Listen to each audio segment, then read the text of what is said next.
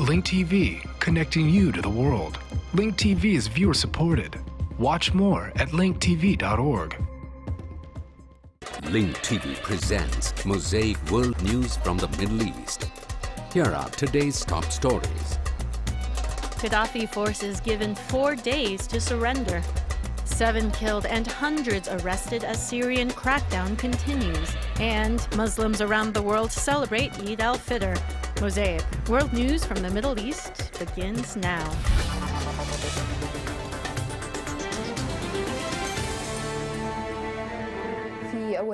On the first day of the Eid al-Fitr holiday in Syria, the death toll of protesters who fell from the gunfire of security forces rose to 7. Media networks quoted the opposition's local coordination committees saying that 6 were killed in Daraa, where a massive demonstration started from Al-Omari Mosque. The 7th was killed in Homs. Protests also occurred in a number of regions after the Eid prayers. In Damascus, demonstrations took off from Al-Hassan Mosque, Zain al-Abidin, Dakar in the Maidan neighborhood, and Al-Rifai Mosque. The Eid holiday came to Syria this year with sadness. Protesters were killed and wounded by the gunfire of security forces. After the Eid prayers, demonstrations began in a number of provinces: Damascus, Rif Dimashq, Homs, Hama, Latakia, Idlib, and Aleppo.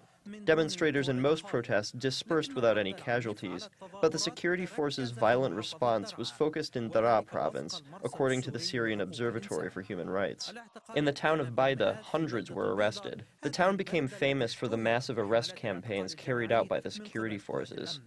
Protesters chanted slogans demanding the remaining residents descend to the streets, a tactic used in the Egyptian and Tunisian revolutions.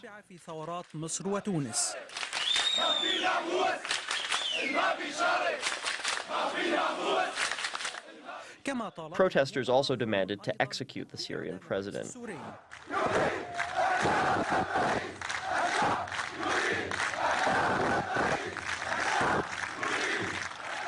The protests in Syria are all similar. Their slogans are the same. Images of the protests are only recorded with cell phones. The security still intervenes in the same way, denying the occurrence of any incidents and saying the situation is incited by a foreign campaign targeting the country. With all that is happening, the protesters continue their daily demonstrations as a message to the outside world that the Eid this year came to Syrians with a new era. Mustafa al-Minshawi, BBC.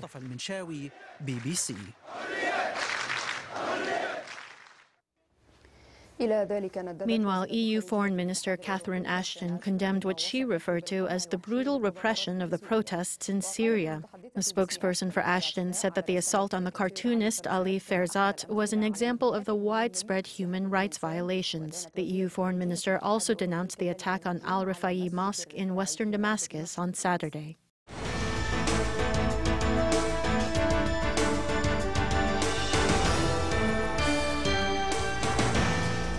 In occupied Jerusalem, thousands of Palestinians performed Eid al-Fitr prayers at the holy Al-Aqsa Mosque. The Eid this year comes at a time when Jerusalemites are suffering from a difficult economic situation due to the siege that the Israeli occupation imposes on the sacred city. Despite economic hardships and the Israeli occupation siege, Palestinian Jerusalemites welcomed the first day of the joyous Eid al-Fitr with religious slogans at Al-Aqsa Mosque, the Muslims' first Qibla and third holy sanctuary. They raised their voices with loudspeakers chanting, God is great above all tyrants and arrogance." The Muslims' presence and praying at Al-Aqsa, despite the ban and barricades, proved the Muslims' love for the holy Al-Aqsa Mosque and their connection to it. The Jerusalemites take Jerusalem's cause to the holy Al-Aqsa Mosque. By that, I mean the occupation bans our brothers in the West Bank and Gaza from coming here, but our brothers in Jerusalem fill this vacancy the best they can. Of course, Al-Aqsa still needs the worshippers from all of Palestine, and God willing, it will be visited by all Arabs and Muslims in the future. Thousands of Palestinians performed the Eid prayers at the holy Al-Aqsa Mosque, even though the Israeli occupation closed down the city of Jerusalem. Orator of Al-Aqsa Mosque and Grand Mufti of Jerusalem, Sheikh Mohammed Ahmad Hussein, called for Palestinian unity, commitment to Jerusalem, and standing up to the Israeli occupation's atrocities. Al-Aqsa Mosque, Jerusalem, the Palestinian people and the Palestinian cause are in the hands of this nation. Jerusalem is not just for Palestinians. Al-Aqsa Mosque is one of the mosques that Muslims are obliged to travel to, so it is a responsibility for all Muslims. Therefore, we want all Muslims, the rulers and the ruled, the governments, the people, and the countries to take the responsibility for Al-Aqsa Mosque, the holy sites, the holy city, and the Palestinian cause, which is the primary and central cause for the Arab and Islamic nation. Not far from Al-Aqsa Mosque, Jerusalemites headed to the headquarters of the Red Cross in solidarity with members of the Palestinian parliament from the Change and Reform Party, who are challenging the decision to expel them from their city of occupied Jerusalem. The Jerusalemites are renewing our vow to our brothers in parliament, to Jerusalem, and to the holy Al-Aqsa Mosque.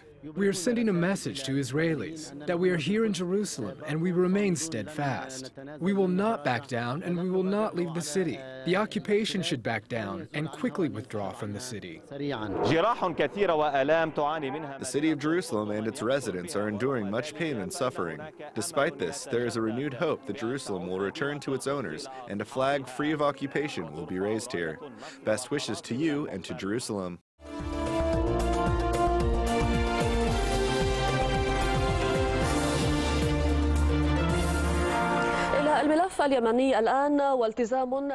According to the official Yemeni news agency, Yemeni President Ali Abdullah Saleh has vowed to honor all previous initiatives, including the Gulf Plan, and says he is ready to hold immediate elections for a new president. A source close to Saleh said that the president has reached a deal with the opposition, which stipulates that elections are to be held within 3 months, as Saleh transfers power to his deputy, Abdrabbu Mansour Hadi.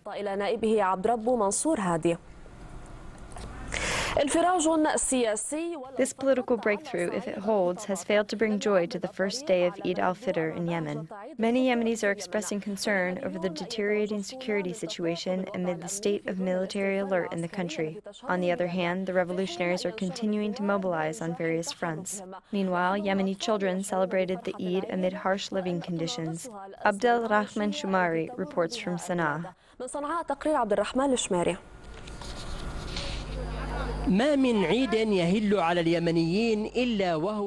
The situation seems to be getting worse with the arrival of each annual Eid in Yemen. The scene of armed confrontations and military mobilization is overshadowing the ambience of Eid al-Fitr and its festivities. As a result, many Yemenis chose to spend the holiday at home. However, some Yemenis who were able to overcome their fear went to visit their friends and relatives to wish them a happy Eid.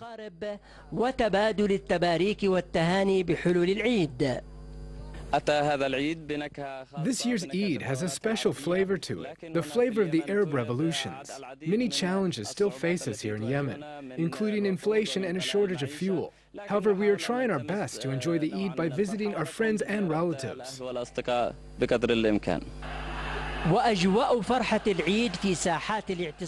The joy of Eid in Yemen's protest squares will not be complete until the victory of the revolution, as cited by the youths of change who have been staging sit-ins across 17 provinces for nearly 7 months.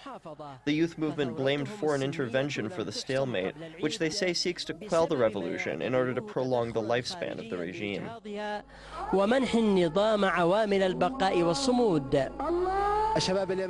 The youths of Yemen hope that this Eid will mark the victory of their revolution as they achieve their objectives to build a new Yemen. The victory has been delayed, perhaps due to regional and international conditions. It has nothing to do with internal issues. We have recently seen some mobilization pushing in that direction.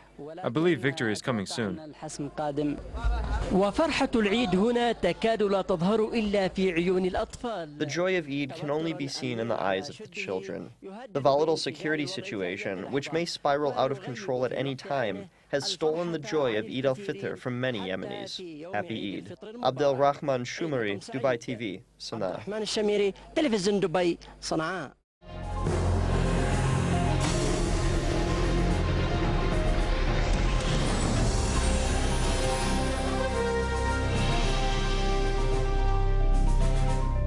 In Egypt, the Eid slogan is Eid Mubarak without Mubarak. Millions of Egyptians poured into the main squares in Cairo and the various provinces to perform the first Eid al-Fitr prayer after the downfall of President Hosni Mubarak's regime. Slogans in support of the January 25th revolution have dominated the chants of worshippers and following the Eid prayer, especially those calling for continuing pressure aimed at bringing civil and democratic life back to Egypt. Our correspondent Abdul Hassan reports from Cairo.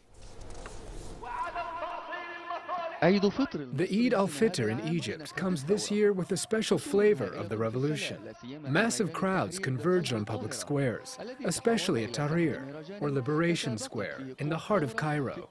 The square was turned into a festival, during which forces of the revolution reaffirm their commitment to the revolution until their objectives are achieved.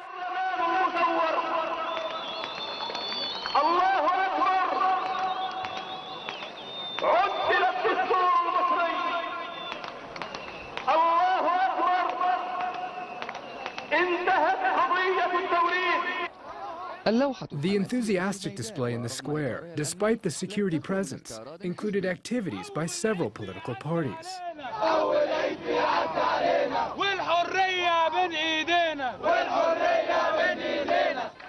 Using sign language, this group of deaf and hearing-impaired revolutionaries was able to participate, and this group here expressed loyalty to those who paid the price of freedom with their blood. God willing, we call for retribution. This is the only way to heal our wounds. Thank God. The scene was not much different in Mustafa Mahmoud Square in Giza, which was once a hub of support for Mubarak. Some expressed regret over the deposed regime. I wanted to say that His Excellency, the great and generous president whom we forgot and whom the entire nation forgot, is a poor and oppressed man. He saw bad days. Let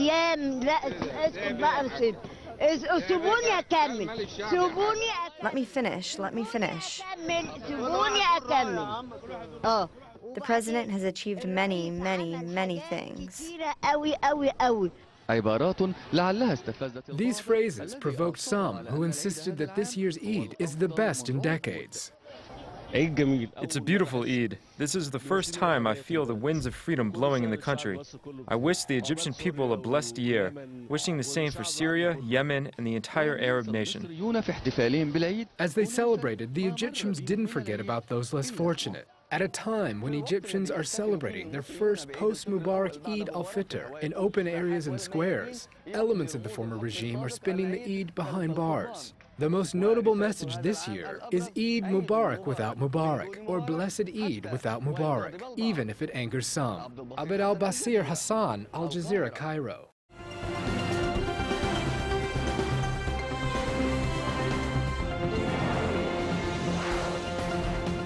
The head of Libya's National Transitional Council has set a 4-day deadline for fugitive ruler Muammar Gaddafi's loyalists. He's urged them to surrender the cities under their control or face military force. We are urging the wise people in these cities to coordinate in this regard. Actually, we have been contacted by some wise men of the cities and we gave them an appropriate window of chance. This window of chance closes with the end of the official holiday of Eid al-Fitr, beginning from this Saturday. Libyan revolutionaries have converged on Gaddafi's birthplace, Sirte, from east and west. They've stopped short of an assault in the hopes of arranging a negotiated surrender of the city. The NTC chairman says talks are also underway with officials of other towns to arrange for their peaceful surrender. Gaddafi himself is still on the run. This since revolutionaries captured his compound in the capital Tripoli last Tuesday. Meanwhile, the NTC Interior Minister says security in Tripoli is stable and only small pockets of Gaddafi's loyalists remain. In the headlines today, the United Nations has warned that Bahrain's crackdown on peaceful demonstrations is continuing and the situation remains tense and unpredictable. Spokesman for the UN High Commissioner for Human Rights, Rupert Colville, says more than 260 cases involving demonstrators are waiting for trial. He warns that most of the defendants may be arrested only for exercising their rights to freedom of expression and association. Colville stressed that all such detainees must be released. He also called on the Manama regime to prosecute civilian defendants at civilian courts rather than the Court of National Safety, which is effectively a military tribunal.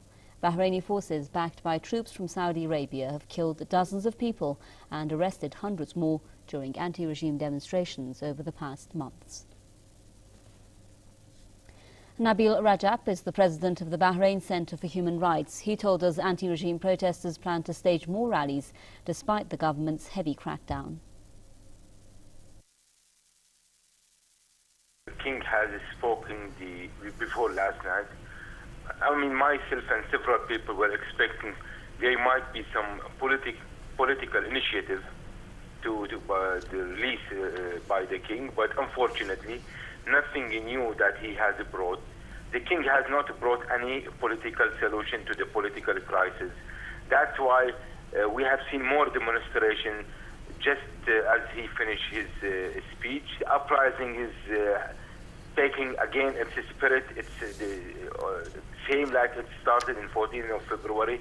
I think now the regime have realized that the crackdown, the military rule of 3 months, it didn't work well, and people back to the street, everybody, day and night. We have been witnessing hundreds of protests in every night in tens of different areas. Tonight we expect also around Manama to see a lot of protests going to start right after 8 o'clock tonight. August has become the deadliest month ever for U.S. soldiers in Afghanistan. 66 American troops lost their lives in Afghanistan this month alone. This has made August the bloodiest month for U.S. military since the U.S.-led war began nearly a decade ago. Over 410 foreign forces, most of them American, have died in Afghanistan since the beginning of this year. On Tuesday, one more U.S.-led foreign soldier was killed in southern Afghanistan. The victim's nationality and the exact location of the incident have not been revealed yet.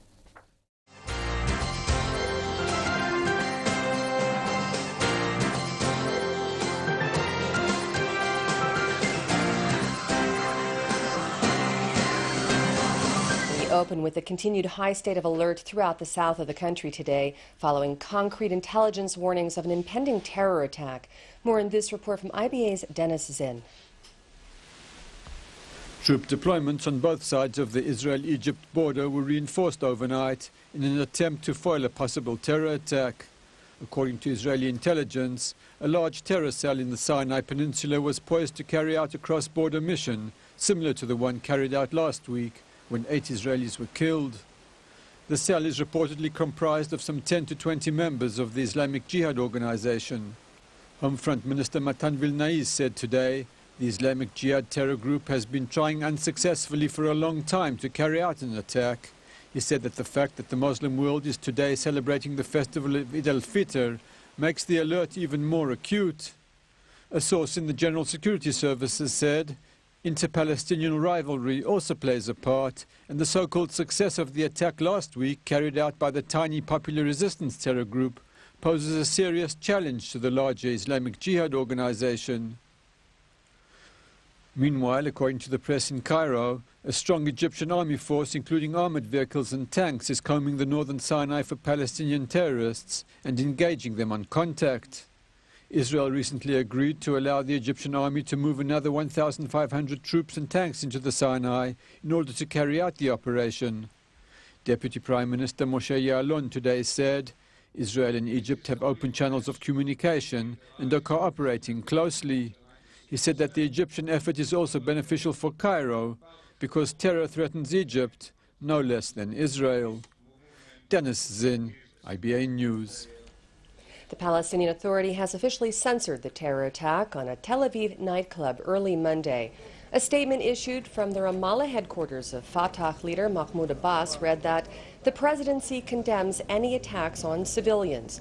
8 people were left injured when a 20-year-old Palestinian resident of the West Bank city of Nablus rammed a stolen taxi into a roadblock outside the Hauman 17 club in the early morning hours yesterday before stabbing several police and security officers. The Palestinian Authority's statement went on to also condemn recent IDF airstrikes in Gaza, as well as Israeli military raids in the West Bank and Jerusalem. Turning now to the ongoing social turmoil sweeping the nation and increasingly evident divisions among the protest leaders ahead of the so-called Million Man March slated to be held this Saturday night. This as consumer activists are now threatening to boycott Israel's largest supermarket chain.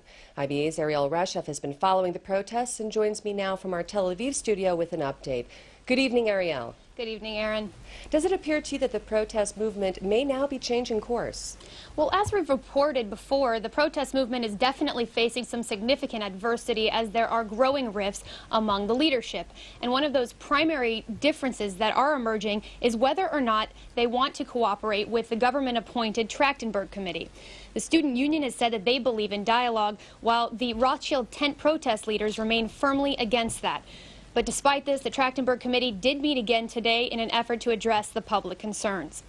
Interestingly, Aaron, the media, which has been firmly on the side of the protesters, or sympathetic towards the protesters at least, is starting to intensify its scrutiny of the protest leaders. Now, last night, Daphne Leaf, who has been the face of this protest movement, walked out of a Channel 10 interview when the anchorman pressed her about why she didn't join the army or national service.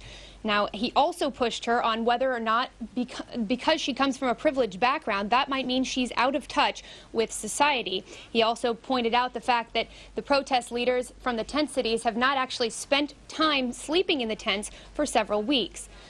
Before she stormed out of that interview, Leaf defended herself by saying that she didn't join the army or do national service because she has epilepsy, but that she did volunteer for a year and a half for a teen safe house. Well, we'll of course wait to see whether Leaf's personal decisions and her background will affect or sway the opinions of all of those Israelis who have joined this protest movement. But in the meantime, the student union leaders are driving a new initiative to boycott the Israeli Shufersal supermarket chain in protest of their high prices. Students threatened to launch a week-long boycott yesterday, but then they postponed it by 48 hours after they met with Shufersal executives, and those executives promised significant price reductions in some 1,000 items and the expansion of their generic brand. Execs also committed to lowering the cost of specialty foods by roughly 15% in preparation for the high holidays.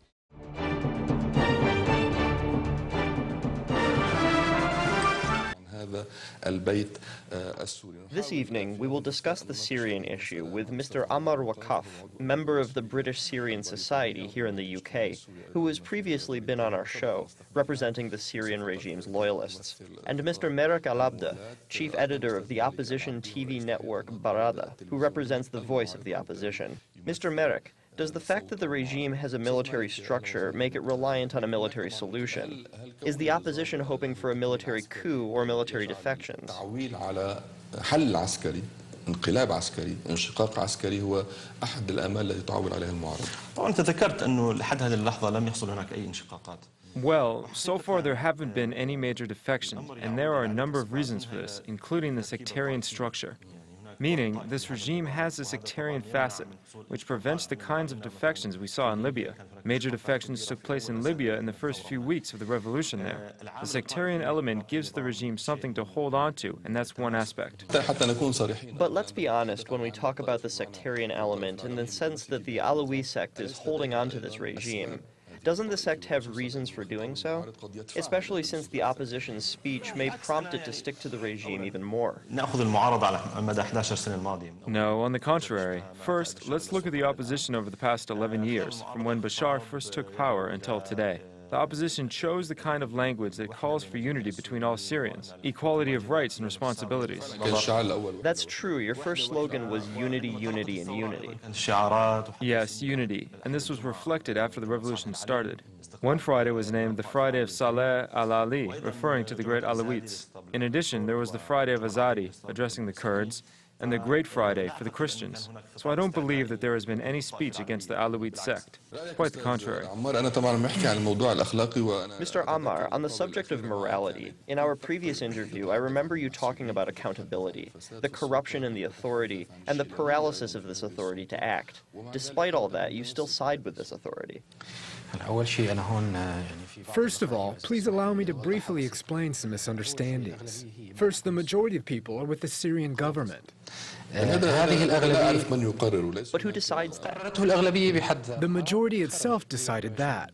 On June 21st, when nearly 7 or 8 million people took to the street, they vowed their loyalty to the regime. Well, I think if security forces stopped firing at people, then 20 million could take to the street. We don't know. Well, we don't know. In any case, what about the issue of accountability? No, we genuinely believe that the majority of people are in favor of the regime reforming itself. As for the sectarian question, the idea that sectarianism is protecting the regime is wrong. This issue was not incited by the regime. It was incited by the street. Allow me to explain the political issue behind this issue. There are numerous regional players who are interested in Syrian affairs and in using the Syrian issue for their own interests. One of those players is anyone interested in the Shiite-Sunni issue in the region, and they are waging such a battle. These people need to turn Syria into the playground for such a struggle.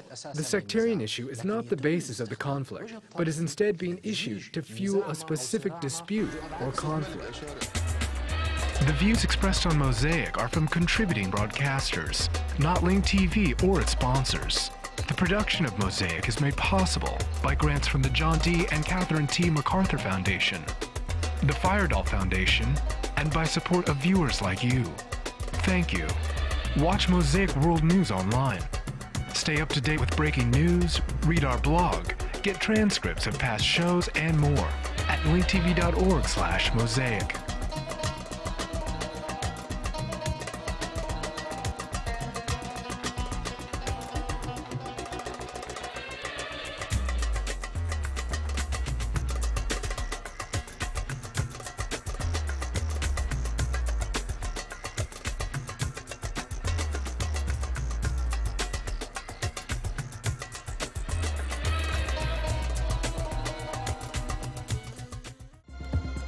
This program is brought to you by Link TV for educational and non-commercial use only.